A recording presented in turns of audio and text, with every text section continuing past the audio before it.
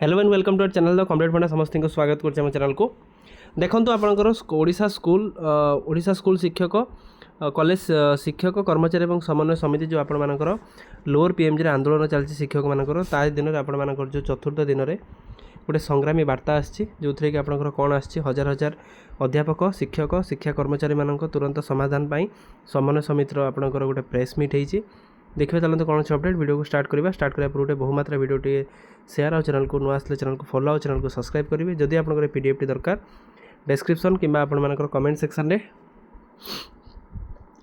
WhatsApp और Telegram link अच्छी चाहिए आम चैनल सहित जोड़ी होइए। देखो राजरास्त हजार हजार अध्यापक शिक्षक शिक्षा कर्मचारी सरकार तुरंत समाधान करूँ समन्वय समिति होती कौन ओडिशा स्कूल शिक्षक कर्मचारी और समन्वय समिति पक्षर आह्वान होता भुवनेश्वर गांधी मार्ग में चली अहोरात्रि गण आंदोलन आज चतुर्थ दिन उपनीत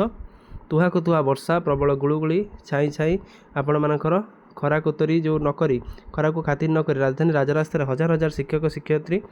शिक्षा कर्मचारी निजर हक पर दिन राति पढ़ी रही सरकार तुरंत समाधान समस्या को समाधान करंतु बोली समन्वय समितिर आवाहक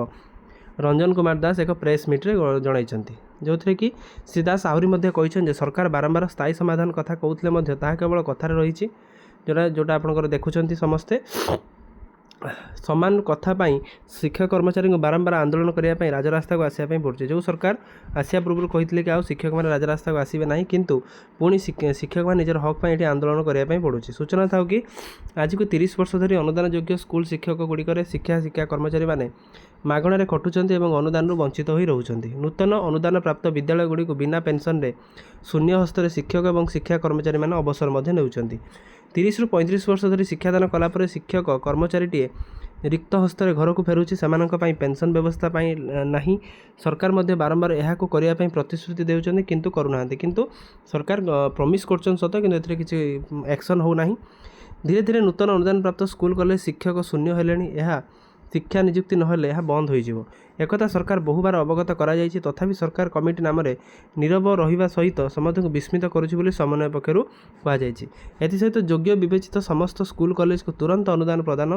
राज्यर समस्त नूतन अनुदान प्राप्त विद्यालय और स्कूल को अवसर नैथिबा एवं अवसर नेबाकु थिबा शिक्षक और शिक्षा कर्मचारी मानक चाकरी शर्तावली सहित पेंशन प्रदान करने नूतन और पूर्ण अनुदान प्राप्त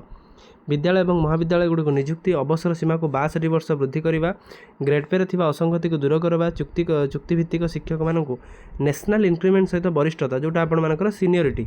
राज्यर बेसरकारी और अनुदान योग्य विद्यालय और महाविद्यालय अध्ययन छात्र छात्री समस्त सरकारी सुविधा सुजोग जमी ड्रेस ता सहित बही एमडीएम इत्यादि दाबी सरकार निकट उपस्थापन हो आसपरिक अनेक समस्या संपर्क में